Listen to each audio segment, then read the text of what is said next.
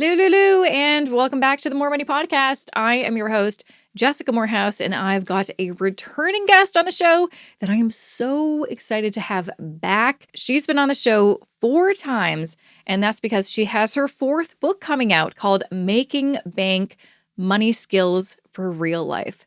Of course, I am talking about best-selling author Shannon Lee Simmons. In case you don't already know, Shannon came out with her first book, Worry-Free Money, back in 2017. Such a good book. Followed by her second book, Living Debt-Free, also a very good book. And then her third book called No Regret Decisions. They're all good books. Just get all of them. Honestly, she is one of my favorite Canadian personal finance authors because she just has such a down-to-earth way of sharing advice, which makes sense because by day, she is a certified financial planner who deals with clients every single day in her financial planning firm called the New School of Finance, where her and her team offer affordable, unbiased, and awesome advice-only financial planning services. Now, for this new book, it's a bit of a departure for her. This book is specifically written for tweens and teens, ages about 12 to 17, so they can learn the key things about budgeting, credit, and investing, and so much more, so they can start on the right financial path. But this is also a really great read for parents, so they can have a better understanding of where their kids are coming from and how to, well, avoid maybe transferring some of their own money trauma onto them, and to learn how to have more open and judgment-free money conversations with their kids. So honestly, this is a great book to give to your preteen or teen, or to read yourself, or ideally both, so you can have a conversation about it. And wouldn't that be just such an amazing thing that we're going to get rid of this taboo of talking about money and just open it up? And honestly, we're going to, help the next generation not have to have all of our own emotional and financial baggage. Let's do better. And I think this book is a really great entry point into that. So we've got a lot of great stuff to talk about in this episode. And I'm also going to give away a copy of Shannon's book. So listen to the end of this episode to learn more about that. But without further ado, let's get to that episode with Shannon. Welcome back to the More Money Podcast, Shannon. I think this is maybe time number 4 because this is your 4th book. Congratulations. Yeah. Thank you. Is it 4 books in however many years? 6 years or something like that? I think 7. 7 years? I mean, That's a lot. I mean, as someone who wrote her first book, and I'm still tired thinking about it, and I finished writing it at the beginning of 2024. I don't know how you're writing so many. I've been saying this a lot because I've been getting the question a lot. I love writing books. I hate promoting them. I keep saying yes to the writing part because I'm one of those. That's the fun part.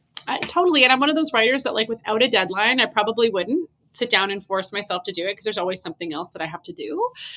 So in a way, as much as those deadlines are terrifying, I'm like grateful for them in hindsight, but never in the moment. Oh yeah. I would never be able to write a book without, hey, this is the day it's due. Correct. Because I really was writing up until the hour I had to hand Same. I think every writer. Yeah, exactly. I was just proud that I didn't have to ask for an extension, whereas I know that's actually pretty commonplace. But I'm like, no. This is my first book. I want to be a good student. So I want to hand it in on time. I want an A. I want an A. So this is book number 4, a bit of a different book because I'd say the audience is very different. Yes. So a lot of this is, for young kids, or not young kids. This is more like teenagers, preteens to teens, right? The age of 12 to 17. And what I thought was really interesting about it is because there are some books, investing for teens, but really they're written for the parent. This is more for the actual teen itself. Why did you really want to write a book for this audience and this group of people? Is it because there really aren't that many books dedicated for them specifically? That was the third reason. That's actually why I think I got a book contract.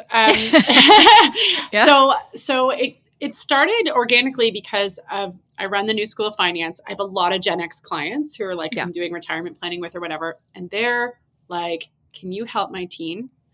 They're asking questions about money, about like investing in crypto and like these influencers and like stock. I don't know what to say. And also they're constantly at me for more money, even though they have a job, and then they want these things that are at Sephora that's like $150 on Facebook. Like, I don't know how to have these conversations with them. Can you help? Yeah. So it started off being something that I filtered through my existing New School of Finance clients organically.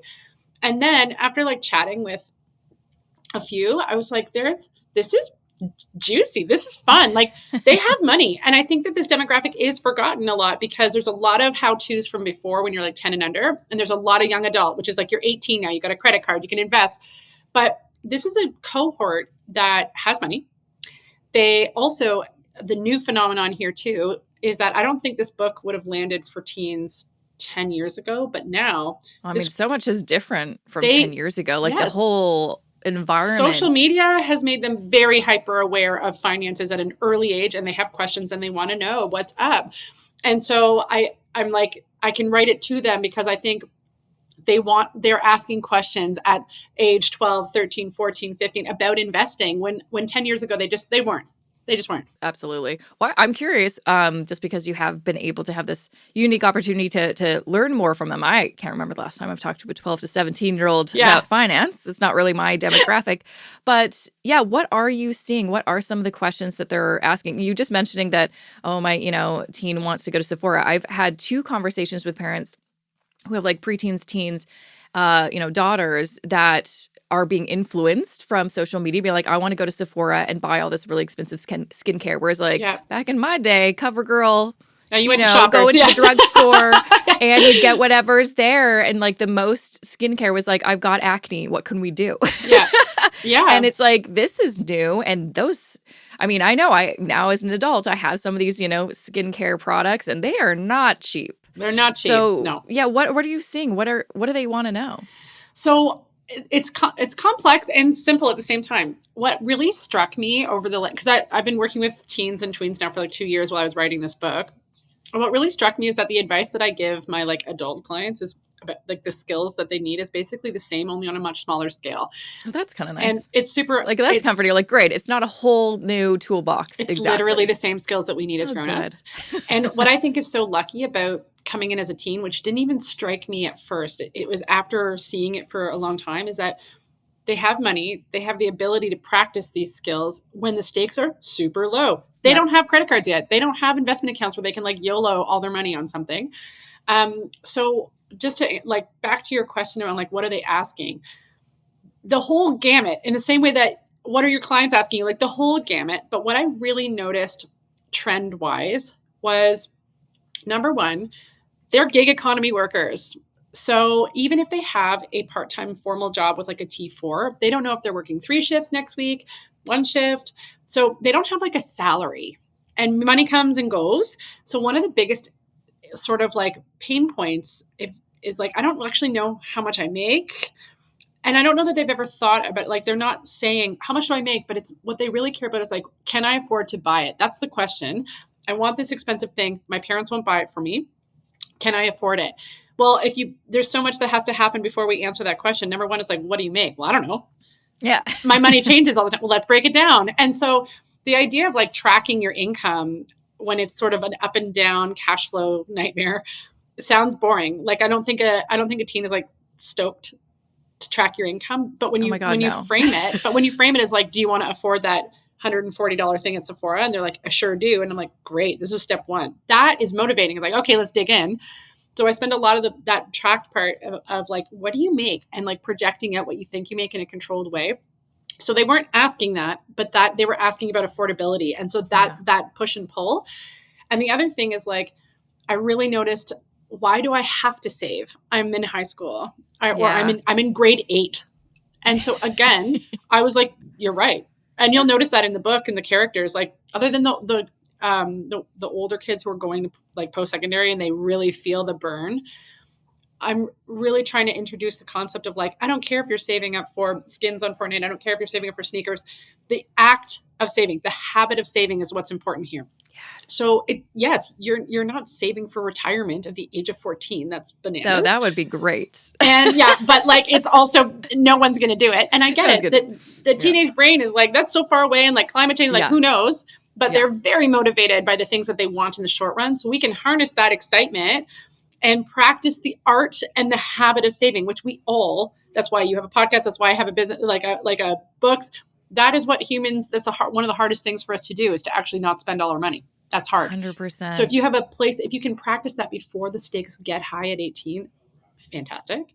So can I afford it? And like, why would I save? And then the third big one is all around investing. And I found this very surprising about the high risk appetite that this cohort has. They want to invest tomorrow. They can taste it. They want their parents to open them an investment account. They want to YOLO on stuff. They want to put all their money. And a lot of that, if you unpack it, which is like my specialty and yours, is what's going underneath it. It is a fundamental belief that life is so expensive. I probably won't get a job that allows me to do the things I want to do. So I need to make money fast. I need to make, and so I'm willing to take this risk because it's not that there's no point. It's not like they're hopeless, but it's like, I don't think I'm going to get to where I want to go until I'm like 50. So I really want to make money fast. So how do I do that? And then there's a lot of influencers online, which is some of them are fantastic. And I'm grateful that they're here, actually. But there's also, the other side of it. And then there's also the other side of it. And I find there's a real pull to big risk. And I've noticed even sports betting and gambling has been coming in. So that's a whole thing we tackle in the book as well. It's like these themes of like, what does it mean to invest? And what's the fun part of it? What's the boring part of it? And how do you participate in that? And what should you be ready for? And like, and it's not patronizing. It's not like, no, don't ever invest, blah, blah, blah, blah. It's very much like, okay, how do you do this in a way that makes you safe and happy at the same time? Yeah. Oh, that's incredible. I mean, yeah, it's funny that you just mentioned all these things. I'm like, these are things that I'm sure we just also talk to our adult clients about. Like, why should I save? It's like, well, if you think about it, you're just putting money aside to buy something in the future, whether that's a retirement life or, something else, then it's like, oh, okay, now I get it. But just the act of saving for savings, just the habit just to save. Money comes in, you put some aside and you don't spend it. This is a skill for life in the same way that knowing how to like boil an egg. It's like a life skill that you need to start practicing. Yeah. Yeah. I mean, one of the reasons I've always been pretty good with money is because I learned that saving habit from my mom as a kid, because she's still a huge saver. Then I had to learn a bunch of other skills that I didn't quite get, but that was such an important skill because I had to pay my way through university on these things, and I had to learn how to put money aside for future tuition, future books, and also have a social life and all these things. And so I was very lucky because I knew that kind of naturally, but a lot of people may not be exposed to that or see the point, especially too, I'd say if you do want to go to post-secondary and your school costs are all covered. It's like, well, what's the point of me saving any money? Because everything's covered. It's like, yeah, but it won't always be. And wouldn't it be great to graduate with a lump sum of money? Wouldn't that be awesome? Totally. And I do tackle that as well because there were absolutely, because I tried to get kids in Canada from all different walks of life over the last 2 years through interviews and working with them. And there were lots of kids that were like, well, I have an RESP. Like, I don't need to worry about that. Like, my education is paid for. But then at some point you're going to need to have that skill. So when we really brought it back to the skills, I think with the ones that I chatted with, it so landed, but I'm not sure it would be like that's why I wrote the book as kind of stories and not like a textbook, because one of the biggest complaints I think was that now they are teaching it in many schools, personal finance, which is amazing. It was not taught when I was a kid, but it doesn't feel applicable to their life tomorrow. It's like high level concepts, which is like, in a textbook. And I wanted this book to be none of that. I wanted it to be like, I see myself in this. I've had those thoughts. I hear myself in the way that this person is talking.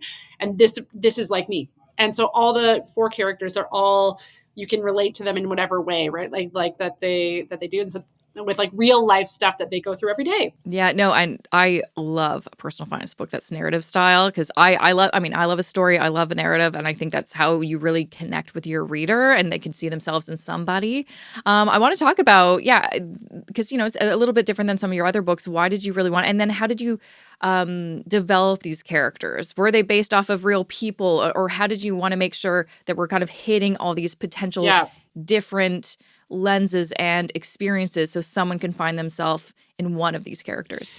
They are all fiction, but they are all based on the anecdotal evidence over the last 2 years. So like in my mind, I'm like, when I was interviewing and recording stuff, I was like, okay, that is a line. That's a in like, the book. I want to touch a mill. And I'm like, what? Like, do you know what I mean? Like, that's a real thing that someone said. I want to touch a mill. That sounds like a youthful thing. I want to touch a mill. And I heard myself say it on the recording after. I was like, pardon? Like, touch a mill? And then I was like, do you mean make $1 million? And she was like, uh-huh. And I'm like, I'm so old. Like, okay. I know. Like, I already feel old. I'm like, I had to think about that for a minute. Yeah. And like, just like I got made fun of a couple times because I was like, someone wanted to buy a console and I'm like clarified. I'm like a video game console. And they're like, is it any other kind? Like, and I was like, I'm sorry.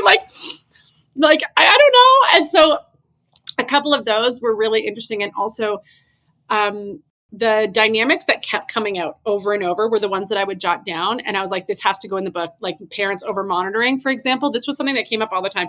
The gambling on sports betting, this came up all the time. The can I afford it? Or I blow all my money on the weekend when I'm like on like, frappuccinos and like very expensive thing. And then I can't get the thing I want. Like, what am I doing wrong? Money sucks. Like all of those sort of themes. And then when I talk to the older teens, like the 15, 16, 17, the real deep-seated anxiety about like paying for school if they had to, and like, is there a point? So these came up a lot. So I was very sure to write those sort of thematically down and be like, I have to create a character that's like following this. And there really was a big divide between the sort of younger tween audience who are like working with an allowance, and then the older teens who are like getting ready for real life. And so I wanted to reflect both of those, sort of like two that are sort of on the younger side and then two that are sort of on the older side. Now, the biggest change I'd say over the past decade or 15 years, or certainly since I was a teen, was just how we use money. It's all digital now. I haven't used cash. I have a $20 bill in my wallet that I've probably had in there for like a year. Yeah. I forget it's in there because I never use cash. And so I never think about it. How do you kind of talk about budgeting or organizing, your money when it's not super tangible? Or is that even an issue? Because they're like, well, it's always been digital. We're kids that grew up with the internet. So it's not a big thing to get over. But like, how do you teach them with like, how to use, credit card and debit card? Because it's, I find, and you probably find this with lots of your adult clients, it's so easy to spend money when it's plastic or digital. Whereas, there's a pain of paying when there's cash, but we're not really using cash anymore. So I find the younger ones still are sometimes using cash. Okay. Yeah, which was interesting. Whether I think there's something about an allowance that often still happens in cash, or like a babysitting that is often still happening transactionally in cash. Not all the time, but actually, that is something I did notice. But as soon as they're above like 14, all digital. One of the big struggles was tap technology and making and really talking about how do you budget with tap technology, which again is a conversation you and I have probably had with clients over and over again because it's really hard. So again, what a gift these kids have to be able to practice learning how to deal with that right before they can overspend in a way that's damaging to a credit score. So how do they budget and how do they do it with digitally? With the ones with cash, I would often say, sorry, with the ones with cash, I would often say like, this is literally cash in like under a mattress. And like we started talking about compound interest and that kind of thing. The ones that like, how do you budget that? I often go back to having two different types of savings accounts. And there's also some money management apps like Mido and stuff like that, where it allows you to put those savings targets right in there, which helps. Yeah. And anything that you can do to sort of mimic a payroll deduction where the money that you want to spend doesn't even hit your spending account. It's not even there. It's like you pretend like it's not there. And so, with one of the characters that has an allowance in cash, her mom would just not spend $5. And then they got online, they got a digital money management app. And then it was a savings target on there. And then the other person was like old enough to have a second account. And so then they would put the second money in there. So like different ways that they can do it. But I think ultimately for all of us, adult, tween, teen, is when you have to budget, you have to figure it out like on paper first, what that goal is. What do you need to put aside to buy the pair of sneakers or whatever? And then how many weeks is like working back from that and then take it physically away from yourself, whether it's cash or in a different account or it never hits your checking account, whatever it is, don't even see it. And then it'll happen in the background. And so the habit is just like not looking at it really. Yeah. Yeah. It's not even the act of like putting money aside. It's like pretending it's not there is the actual habit so that by the time you reach it, you haven't missed it. And all the work comes in making it enjoyable for yourself with what's left over. Yeah. I'm curious, since we're talking about budgeting, which, most of us adults figure out we have to do at a certain point because we're like, I don't have any money and life is expensive. But for kids especially, is it a cool, like, is one of the barriers being like, it's not cool to budget or it's not cool to talk about money? Or is that actually not a barrier? That generation is talking about money and it is cool to be financially responsible. Because I don't know, when I was a kid, it wasn't. It was cool to spend all your money. I think it's still cool to spend all your money. Okay. but I will say this though. I think it depends on the kid. I do. Because there were some kids who really wanted to save, big time. And then that was a flex, right? Like, I've got this much money in my savings. How much do you have? So they're talking about it. And the flex is actually how much money they have. What they're not saying is like, I go without so often. Like, that's not what they're saying. No. But that's what's happening. The flex is talking about how many hundreds of dollars that you've managed to save. So that is cool. And it makes you sound like you have lots, you don't have to spend money. Maybe your parents have money. Like, it makes it sound like you've got money, but there were a lot of kids who are very careful with their dollars and they have the savings because they've put the effort in, not because of like financial privilege. And so that was really cool to see. So I don't know that, I am living within my means is ever going to be cool. But I feel like spending all your money is fun, not because of people saying, wow, you're irresponsible, but because if you have the new shoes or you have the new thing, that's always going to be exciting for anybody. Okay. But also I think these kids are talking about money. They are talking about money so much more than we ever used to. And I think it's a combination of like just the winds of change and also social media making it part of the day-to-day conversation. And that's actually how that all started, right? Because the parents were like, I don't know how to not put my own financial trauma, for your book, onto this kid because they're asking me questions and I'm putting my own, I can hear myself passing on my financial baggage to my child. Yeah. I guess the other thing that kind of pops in my mind, just from also my life experience is, I don't remember ever talking about money until like grade 12. So it was like, 17. And it was I remember just so vividly this conversation I had with a few friends, and we finally talked about, I have a part-time job. And it was it wasn't cool to have a job because it meant you were probably poor because your parents could not afford to buy whatever you want. Has that changed? Is there a lot more like, I work and it's awesome because that means I'm making money, or more, I've definitely been seeing online more of this push for like, I'm an entrepreneur, like I'm starting a small business. Yes. I think it's fun and exciting if you think when you're doing it like as an entrepreneur, if you're like starting a store, you have an online presence, or you're making money on YouTube or whatever that you're doing. I do still think that having the part-time job is now a coveted spot because there aren't that many teen-based part-time jobs. I guess things have changed. Yeah. And so now, if you have a job, it's like, really? You've got a job? You must be so smart. You must be so smart. Yeah. Really? Yeah. And you're keeping it. So like and that doesn't phase your studies. You must be really smart. Wow. So I think what I picked up when I was just chatting with some of them that worked in like a T4 position job is like where it's like, wow, I was lucky to get a job. There's this idea that there's luck. And I think it's just because there's just less and less of those types of jobs happening now for that demographic. Number two, and as long as it doesn't, interfere with my studies, then like I can keep it. And it's given me all my money so I can have all the things I want. And so that's been a really, I do think it's a coveted thing to work. I don't think it's a thing where it's like, oh, you like your parents don't pay for everything. In maybe the highest 1% kids, like I'm sure that exists still. But in the day-to-day, most of the kids that I talked to were sort of in that middle class place. And they want money because if their parents are not buying them everything, they want stuff. And like their parents, a lot of the parents also want them to learn, quote, the value of $1. Heard that a lot from parents, the real anxiety and fear that teens don't understand the value of $1 and that they're like worried about them as adults, that they don't fully grasp how it all works. So they want to work, which is cool. And I think you're right. The starting your own business is like the sexy part of it. Bit cool. Yeah. Well, I'm wondering now if there's this big, popularity with entrepreneurship, especially with younger generations. Like, honestly, I feel like millennials were kind of like, we had to because we Yeah. needed a second job. Yeah. Right? Like I'm self-employed not because that was ever the plan, but it's because I needed a second job. And then I'm like, oh, actually, maybe I should be doing that as my main job.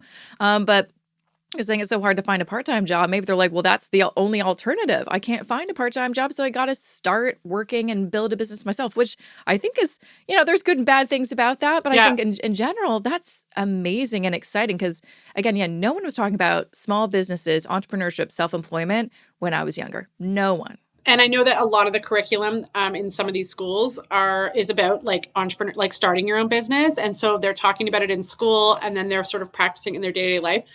And it was really interesting. I had a lot of kids who like babysit and tutor. This is like a huge piece. They never thought of themselves as self-employed before. Like they just didn't assume that. And I'm like, you have a business. You are a small business owner. And they're like, what? And there was some fear and also some like pride and ownership in thinking of yourself. Like instead of just like making ends meet, grabbing money where you can, which feels like a desperate thing.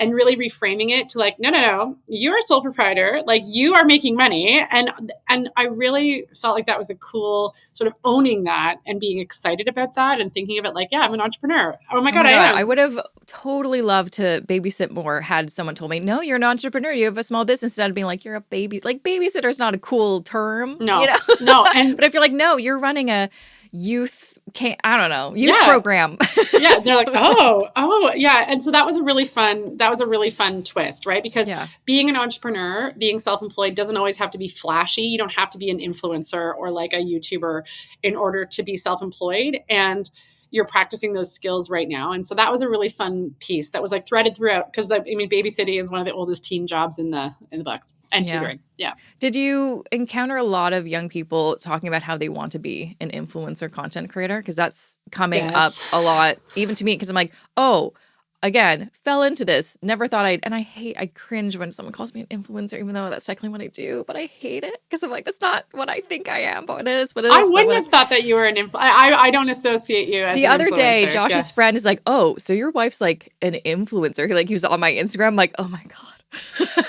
I would reframe that as, oh, your wife has a grand circle of influence. That's how I would reframe that. That's so much better than influence, grand circle of influence. But is that something that you've been encountering? A lot of people, because they're online so much more, they're like, I want to do that. Yes, I completely agree. And they're online so much more. And they are also following some like accounts where they were talking about how much money they made from being an influencer. And they're rich because of it. And so they're like, well, if this 17-year-old kid is rich because of their online gaming on Twitch or they're doing whatever, then I could do that too. And I would say in the same way that when I was a kid, someone looking at like 17 magazine and being like, I want to be Claire Danes one day, or like, I want to be a famous actress, and a boy being like, I want to be a famous, hockey player. Sorry to gender that, but just like in my day, that was very typical of that divide. And now I would say I didn't hear lots of people saying I want to be an actress because it was more like, oh, I want to act, but I need a job. Like there's an awareness that like starving artist awareness. And I think now the thing that makes it feel like the same way that we all look to the famous hockey players and actresses now, it's like a YouTuber, it's like a Twitch person, or like star or an influencer who's getting paid in products. Like so many people want to be paid in products so they don't have to spend money. Like there's a real understanding of that economy, right? And if I just had enough reviews, I could get the things I want and I don't have to pay for them. Which again is like savvy. Yeah, but you have to sell your soul. So no, and I think the parents are battling this too, because so much ingrained in like what I'm talking about also has to do with social media and screen. They're the first generation, Gen Z, and then now it's into Alpha, but the Alpha is not there yet. To like be on the front line of like teens using TikTok and Snap all the time. Yeah, I don't know, it freaks me out. As a parent, it freaks me out too. And I did have a lot of kids almost, I don't want to say complaining, but like the younger, like on the Gen Alpha side of things, like 11, 12, 13, even 14, being like nervous in a way that the older ones were not, nervous about I don't know if I'm going to like it. I've heard that it causes anxiety. I'm not sure. And like working, or what do you mean? No, it's like social media, like being on the social media. apps. Oh, they don't want to go on social media? I'm not saying they don't want to. I'm saying they are more aware of the damage it causes than the gender, like the conversation is on the younger side. Good for them. I think it's like smoking. There was a whole generation, like when I went into high school, the older kids were smoking and they were hip. And by the time I graduated, it was not the same. The older kids were not smoking and it wasn't hip anymore. And so like, I wonder if social media is kind of the same. Like the awareness now of what it's done is filtering through homes and casual talk between parents. And like, I think this younger generation will benefit from that. Oh my God, I hope so. Yeah. I think they're already aware. They're aware. To other generations. Yeah, so, they're aware. Oh my God. That's good. Well, that's nice. One thing I really wanted to touch on, because I've been seeing this a lot, we kind of talked about this at the beginning, is the investing component. And it's largely because, when you are on social media, there's a lot of young creators talking about investing and a lot of high risk investing.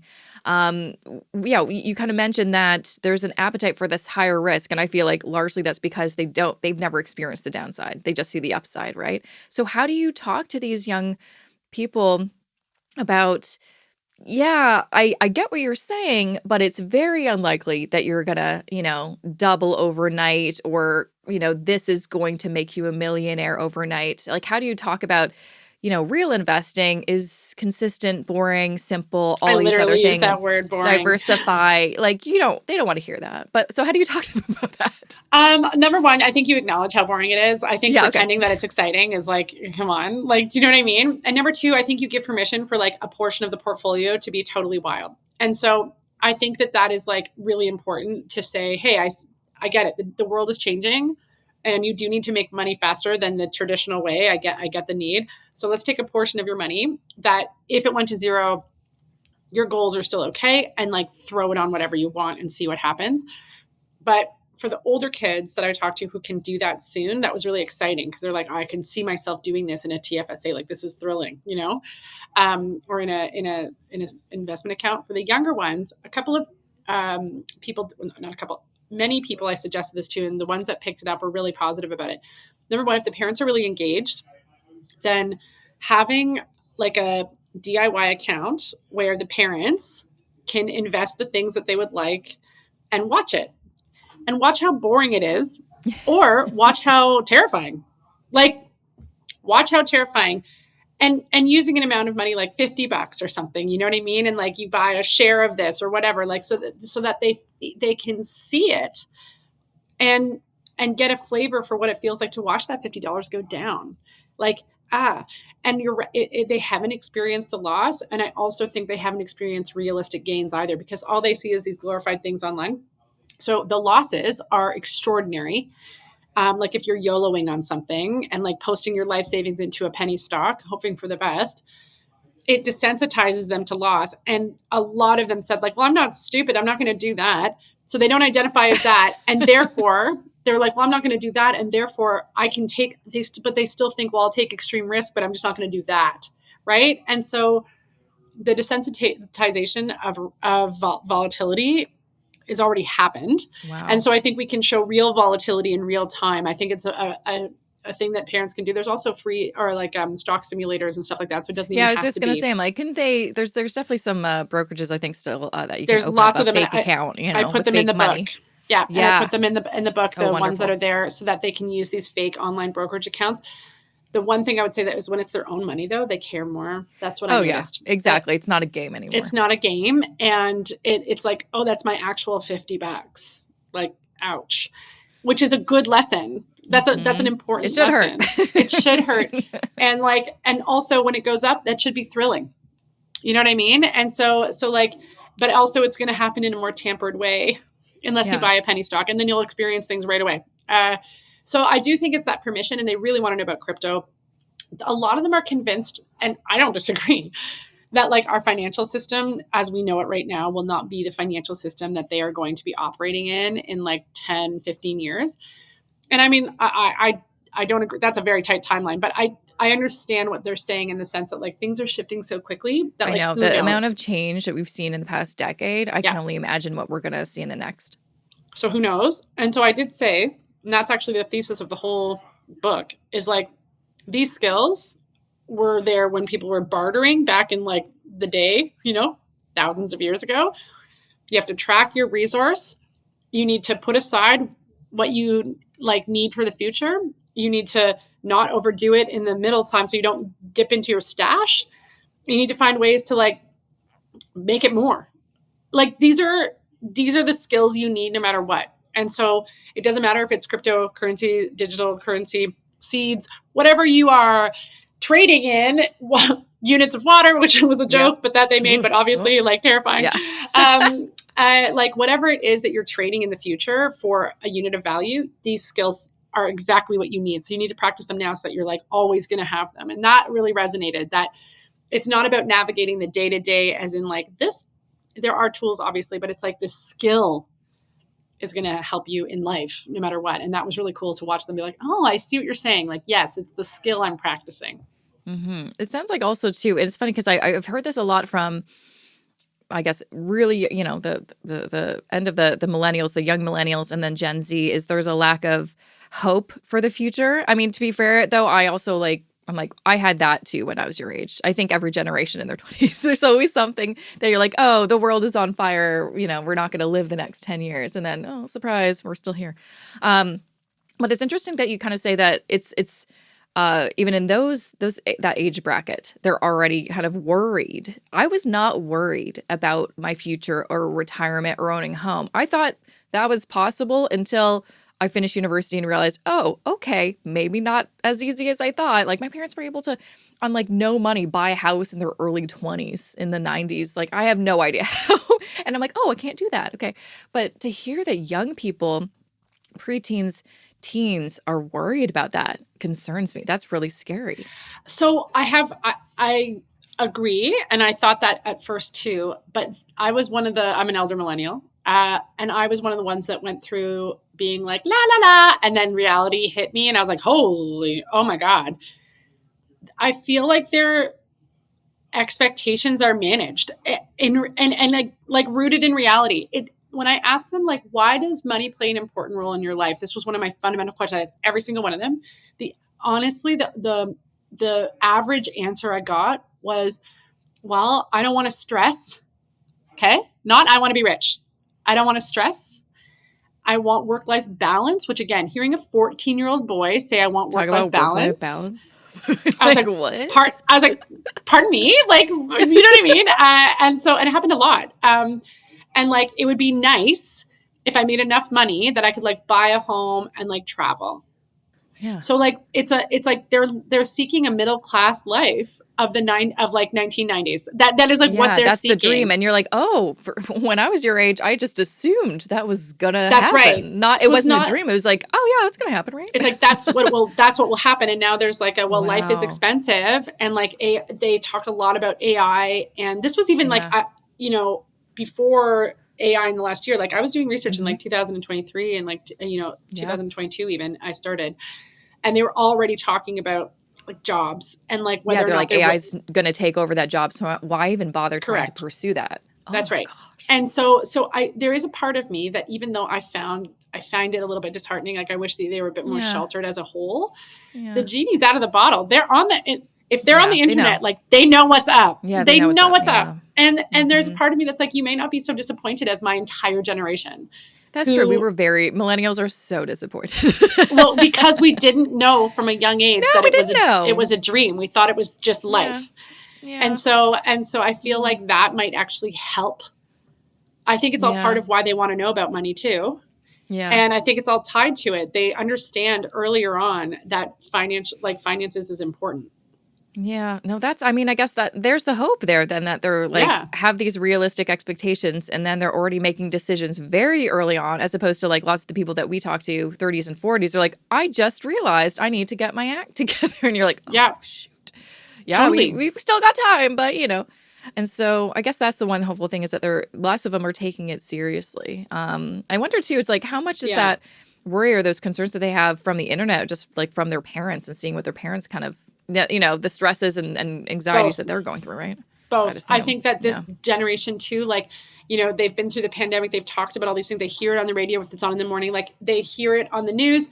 It's around, right? And so parents discussing it at the kitchen table, like they're not sheltered from what's going on in the world, right? And so I do think it's also from parents. And sheltering isn't always great, because then you end up with somebody who's disconnected from what's actually going on in the world, right? So it's a fine balance. It's hard, but I do say this. I'm like, the kids are all right. Like after 2 years of working with them, as they have new challenges that are so wild, and I as somebody who grew up in the 90s in my youth, I'm like, oh, I'm so glad I don't know how I would have fared in your version of 12 to 17, right? Like that's tricky, but we would have adapted. And overall, I found them to be relatively like positive and hopeful still.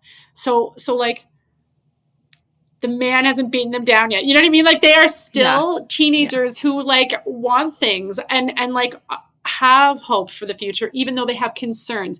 So I'd say the big thing here is like they have concerns, but that doesn't mean they don't have hope. That's good. Yeah, that's good. And I think that's fair. Yeah. I'm curious too then, are their ideas of post-secondary different than our generation? Because my generation was just like my parents were like, oh, we didn't get that opportunity. So we want, me and my sisters, you have to go to university. It will change your life and you'll be able to go further than we were because we didn't have degrees. And I'm glad I did that. Not that I necessarily need my degree. Well, actually, technically, it's helped. Well, I can't go back in time. I liked it.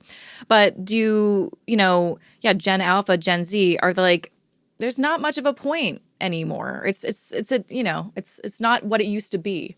Even though everyone still like graduated when I graduated, everyone had a degree and it was still very difficult to find a job. So that was also some disillusionment for my I think our generation of millennial was the first to go through that restructuring of that. So there was lots with the older teens, there was lots of conversations around, I'm afraid to spend money on I don't want to be in debt like all these millennials and Gen Xers that are still paying off their debts. Yeah. And I also noticed that with my own clients, like at New School of Finance, the deep-seated 3 a.m. anxiety of parents that their kids are going to graduate with student debt. And I'm like, I had $30,000 of student debt. My parents didn't bat an eye. Like you know what I mean? Like it's because they've seen from our generation how that's held back, like how that's held people back. And so they don't want that for their kids, especially now that the economic hand is even harder that was dealt, right? So there is a lot of anxiety about it. And the one big lesson that I had this conversation over and over and over again about what is it worth it or not conversation. I'm like, okay, well, there's two parts of this. Number one is an emotional worth, okay, which doesn't have a price tag necessarily. So like is moving out and like living on your own in this like sort of bubble community where you find yourself, which is the experience for some, not all, worth it. We can't put a price tag on that. So you'll never know, right? Like you'll never know if that's worth it or if that would have been something that you would have experienced or not. But number two, if we're just talking about like the ROI, like the return on investment, this idea of like future cash flow being your greatest asset hadn't crossed many of their it was a new concept for the kids I was talking to, and it just never. They always knew like, well, I need a job for money, but like to think about how much you'll make and how much you'll make over a lifetime, like millions of dollars over your lifetime, even with a modest salary, millions of dollars, and what are you going to do with that? And like, do you think that going to school will give you an iota of extra boost there to do this and all this kind of stuff? And when you put, $20,000 in student line of credit over millions of dollars of earned income over a lifetime, it feels less terrifying. Yeah, you're right? Like, oh, that's not that much when you put those numbers together. Right. So maybe I won't get a really good job at the age of 22 and that'll suck. But at some point, life is long. Like at some point, maybe I will. Life is long. And that idea doesn't, I think, come naturally of like thinking long term because it's like a teenage brain, right? And like that feels so far away. But really thinking about, wow, even with some modest income, I would earn millions of dollars over my life. Like that is a wild concept. It made it less scary. Yeah. I mean, the one thing I always tell young people is like, but if you do go to university, just be very clear what you're there for. Please don't, like if you're going to get, like I remember, and this is what freaked me out while I was doing my arts degree, was I remember being in a class, I think it was a humanities class, and there was this fourth year, and they were almost done their degree. No, it wasn't a human. It was a philosophy class, which I did terrible at. I was not good at philosophy.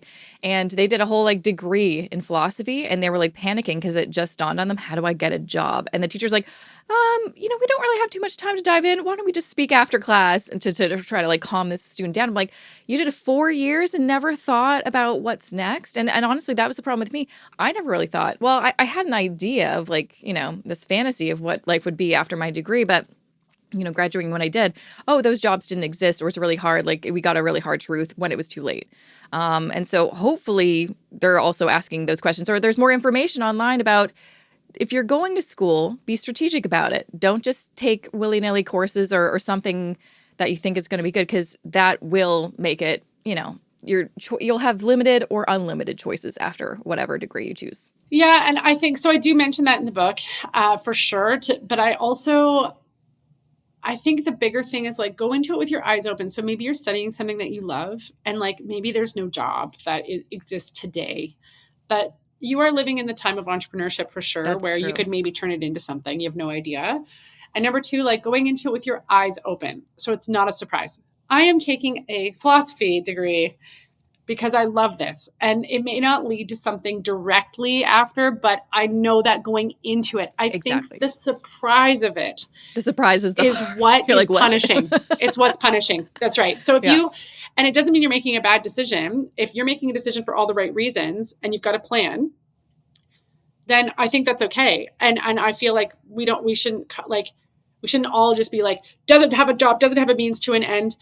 If everyone's going into it with, I've thought about this is what I'm passionate about, I'm going to do this and like see where life takes me. And I think that there's still something to be said for that, as long as it's not a surprise where you're just sinking into debt and then you come up the other side and you're like, I had no idea this was coming. That's what we don't want. It's really, that's painful. That's heartbreaking. And I also don't feel like everyone should do a business degree or a it's not what it used STEM, to be. because that may not be the right fit for you. That's right. But, and I the other thing I also tell young people is like, especially like people in their 20s, it's like, just be okay with the fact that you likely will not end up in a career that has anything to do with what you studied in school. And that's okay. But when I finished school, that was almost like a failure. Like, oh, you're not working in film? I'm like, no, I'm working in marketing because I need to pay my rent.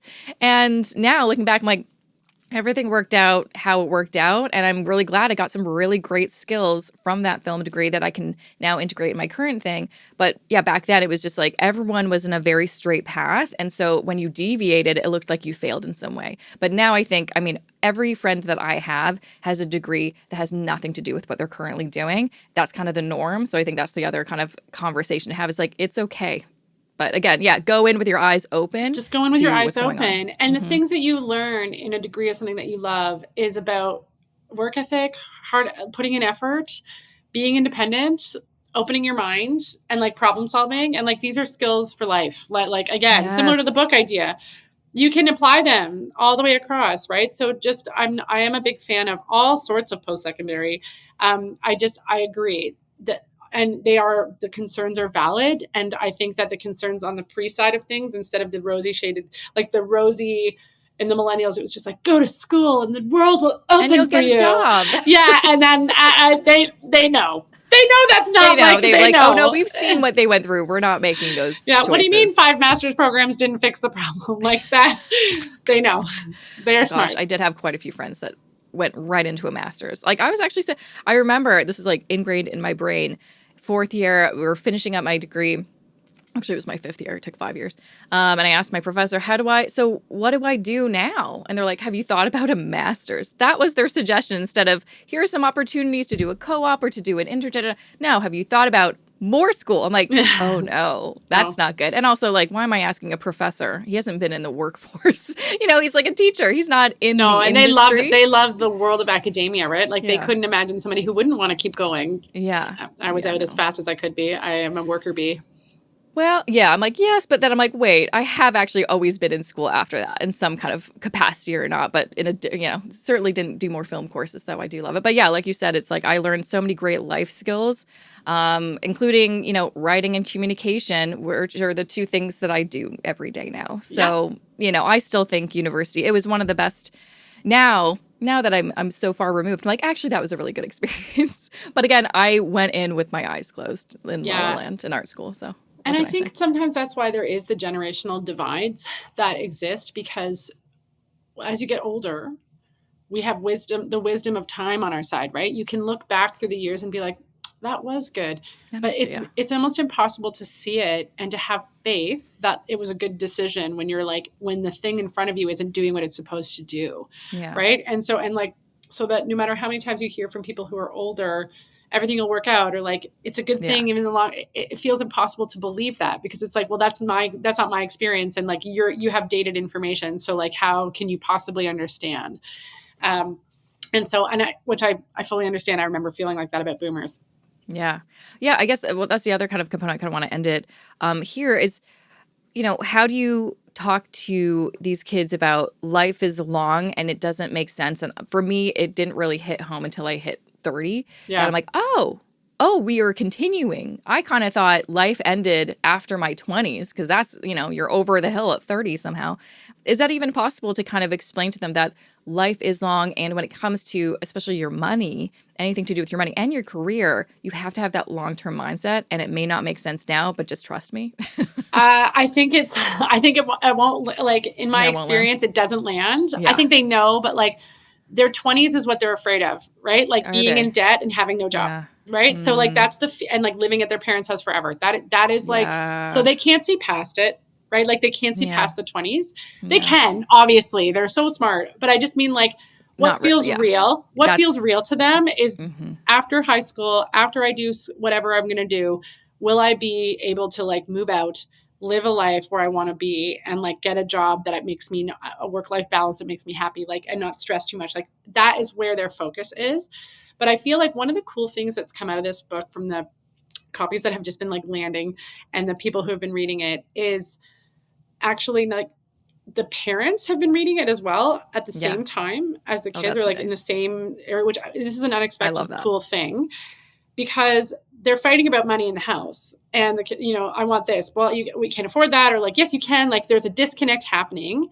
And now there's this third party tool that's not personal. And it's on the kid's side. Like the book is really on their side, and how to navigate parents and how to navigate, but it's also still with respect to parents. I'm a parent myself. And so it's been a fun thing for both of them to be able to like facilitate that conversation and like keep it. But I really think that long lens piece, what gets lost, what actually helps is like, and I noticed this with saving, like who cares if they're practicing the art of saving to buy an $80 primer? That is a win for the parent. Yeah. That's a win. That is such a win. And so if you can make it about affording things that are exciting to them, they're going to be way more motivated to A, do it, and B, talk about it with you. And this might be a whole generation of people who didn't grow up not talking about money. Can you imagine when they're in their 30s? Right. The confidence. Wouldn't that be so nice to not have to talk about money trauma anymore? Well, and so totally. And like this is something like the parents are like, I can hear my own money trauma coming out. Like, I don't want to do that, because this is also an aware parenting cohort that is not necessarily wanting to do that because they had their own stuff, and it happens in these years. So that's been a really cool, the parents are loving it as a tool and the kids are using it as an access point to like get what they actually want, instead of trying to like be bored about this like long game that they don't really feel like is upon them yet. Oh, well, that honestly makes me feel really excited and hopeful for the next generations, because I'm one of those millennials. I'm like, I don't want it to be harder for the next generation, because it was not easy in my 20s. And I don't want anyone to have that life experience. I want them to feel hopeful and excited and realize that even though things are different and maybe some of the financial advice in some of those traditional books doesn't really work anymore for the environment we're in, there's still a lot of access, more access than any other time in terms of advice, and how you can make money. This is actually really, so, looking at the positives and being realistic. I think that's actually, like you said, like at first it kind of concerned me, but I'm like, actually, that's probably a good thing that they have a good dose of realism, and then they'll make better choices because of it. So they are definitely aware. They're hopeful and concerned at the same time. Yeah. I think that's great. I mean, I think adults should also have that mindset. Just like the future, not one or the other, right? Everybody. Yes. And I love the idea of like kids and their parents reading this book and having those conversations, especially when it's not, do as I say. It's really more on the kids side. And I think that's a really amazing thing. I'm so excited for this book to come out. And Me too. I think this is going to be such a great tool for young people and parents alike. Thank you so much for coming on the show. Where can people grab a copy? This episode will be out when your book is out, and then follow you on social media and tell people too, because I am always forwarding people to your website, your financial planning firm. Where can people find more info about all that stuff as well? Yeah, so the book will be at any of your like major retailers or like even independent local bookstores. So pick it up there. Making Bank, it comes out before this episode airs, so that's great. So it'll be Why there. Is it coming out on April Fools though? I think that's kind of funny. It's no Is that joke. a choice? No, I didn't have any choice. It's the middle of tax season. I wouldn't have chose it, but it is what it is, and that's totally fine. My go-to line is no joke. It truly does come out on April 1st. So it'll be in bookstores everywhere, which is great and super exciting. And then I'm at Shannon Lee Simmons on social media. I'm an elder millennial, so I'm mostly on Instagram. And then the New School of Finance.com is like where the business is, where you could also get links to books and courses and all that kind of stuff. Amazing. Well, thanks again, Shannon, for coming back on the show. Number 4. Thanks for having me. Are you going to write any more books? Do you need a break after this, or do you have some ideas for the next one already? I always have ideas. I want to break. This was a long one. I did a lot of research for this one, because it's not like the other books are based on my day-to-day meetings with clients. So it's like, it's all right there. But this was like, I went out of my way to like have meetings in addition to my day-to-day job. But I really had fun. Like looking back, I'm like, oh, that was fun and different and exciting. I am planning on taking a little bit of a break. But we'll see. Never say never. Exactly. Oh yeah. This isn't your last book. Let me tell you, it's not. One hopes. One hopes. Yeah. Yeah. Well, thanks again. Thank you so much. And that was my episode with Shannon Lee Simmons. Make sure to check out the show notes for this episode, because I'm also going to link to all of her other books that I mentioned at the top of this episode. Honestly, you should read all 4 of these books. She's such a good writer, so easy to read, and just really, really good information. You can follow her on Instagram at Shan Lee Sims. And again, I'll link to that in the show notes. You can visit her website and learn more about her financial planning firm, newschooloffinance.com. And of course, grab a copy of her brand new book, Making Bank: Money Skills for Real Life. And like I mentioned at the top of this episode, I am going to be giving away a copy of this new book. So if you visit jessicamorehouse.com/contest, not only will you be able to enter to win books that I've featured on this season of the show so far, but also Shannon's book. You can enter to win all of them. You will only win one if you're a lucky winner, but jessicamorehouse.com/contest is where you can find more information about that. And speaking of books, and honestly, Shannon has been such an amazing supporter of my debut book. We're actually with the same publisher. You can grab your copy of my book, Everything But Money, The Hidden Barriers Between You and Financial Freedom, at any bookstore now. And you can find more information about it at jessicamorehouse.com/book.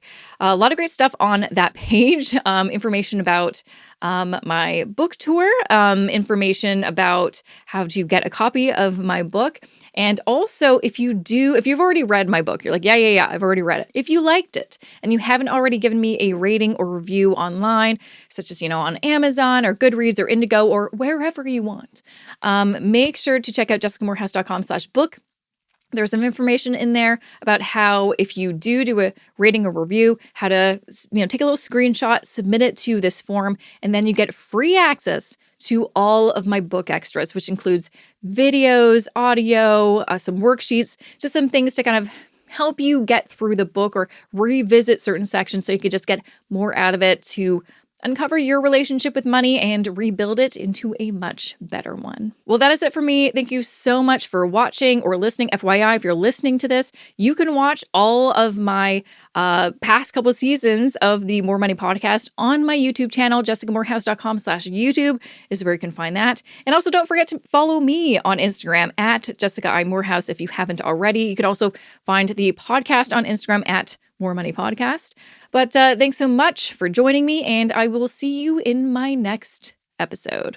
The More Money podcast would not be possible without the amazing talents of video editor Justice Carrar and podcast producer Matt Rideout, who you can find at mravcanada.com.